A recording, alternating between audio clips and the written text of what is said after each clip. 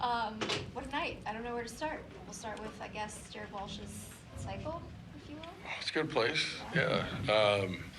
As soon as the ball was hit and I saw Lee going after it, it was in my mind.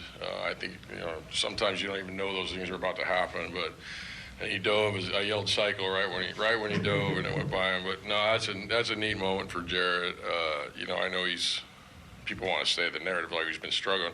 He really hasn't. He's been taking a lot of good at-bats.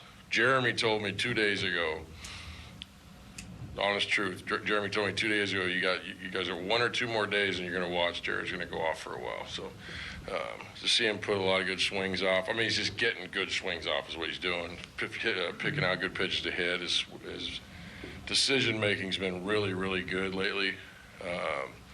Little maintenance thing I think they did the other day, and saw some good results tonight.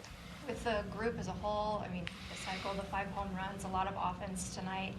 Throughout the whole 2-week stretch where you guys were on that losing streak, everybody remained steadfast that it was coming. Are we starting to see that team again? Yeah, I mean, I think I mentioned the other day, this stuff can get contagious, right? I mean, when it's going bad, it kind of falls in line, and then when it's going good, it's just the way baseball works. It's crazy, and I think, writing Mike Trout there in the 3rd hole too, or 2 hole helps a lot too. Like the psyche of the room and the guys when they take it, and you see him get off that good swing and hit the home run. His second at bat on the same pitch he struck out on the first at bat, and him coming in talking about it, that's big for the guys. It really is. Was Trout okay physically? You just take him out with a big? Oh, he's perfectly fine. He is. I got to 8-0, and I had told him actually at 5-0. Hey, we get a couple more. I'm gonna put Tyler out in center field, and he said it's got to be at least 2. And then maybe I'll go along with that. And then he actually added the 2. So just extra cautious with him. Of course, he's good. He felt great. Even on the ball he hit, the double he had to run on, he felt really good. So that's promising. You ever seen a player hit for a cycle who also had a great game on defense? He had those 2 diving plays earlier that were hits.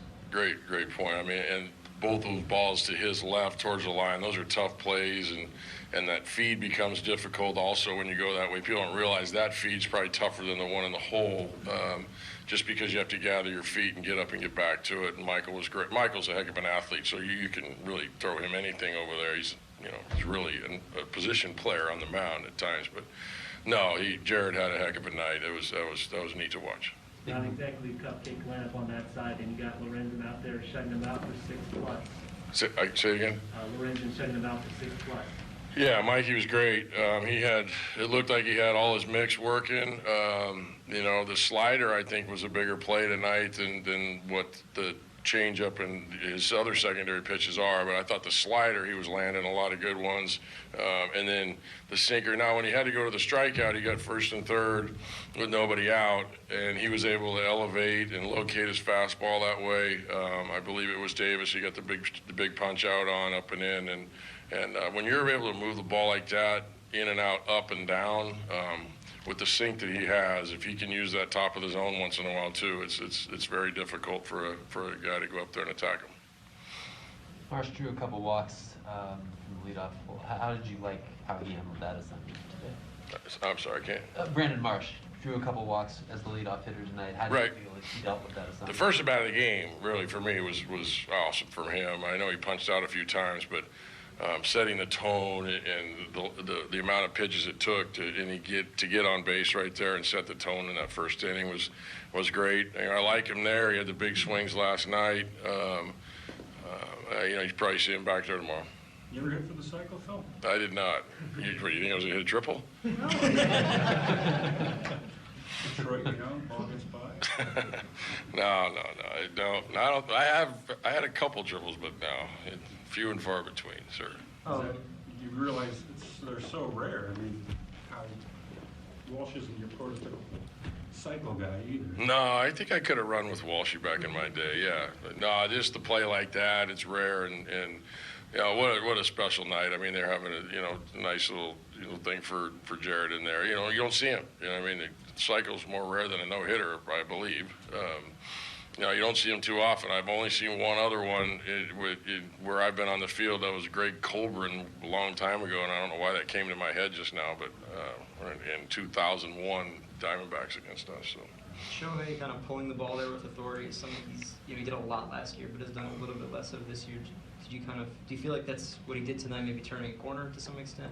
Yeah, I thought his swings are great. I mean, he's been adding to some things the last couple of days. 2 nights ago, of course, the big home run, the game he pitched, and no, Shohei's looked great. I got a little nervous right there on that home plate, but he's fine. He's just more tired than anything. So. As a third base coach, do you say don't No. Listen, 2 outs and a base hit to the outfield, and Shohei Ohtani, probably one of the faster guys. People don't understand that. He's one of the faster guys in the league. Shohei Ohtani, I'm sending him every time.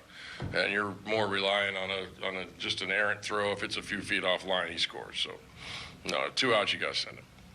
Gags has done a great job. It was a great sending. I'm not sure what inning it was on the double. Getting the run all the way. Yeah. Marsh running from first to home. I mean, he read that great. Gags she's done it a lot, of course, and just getting thrown over there all of a sudden. I know he did it when I was out early in the season, but it's not easy just to go over there. I've been over there and I know. So. The last one's not necessarily a power guy, but second time in 3 games is going to be. You're right. I mean, he's hit some. You see all 4 of his home runs. When it left the bat, everybody knows it's out. I mean, that's the kind of juice he's got. He's been doing some mechanical things as well in the cage, and you're seeing some results. I mean, I've never seen a guy hit so many balls over 100 mile an hour right at every outfielder.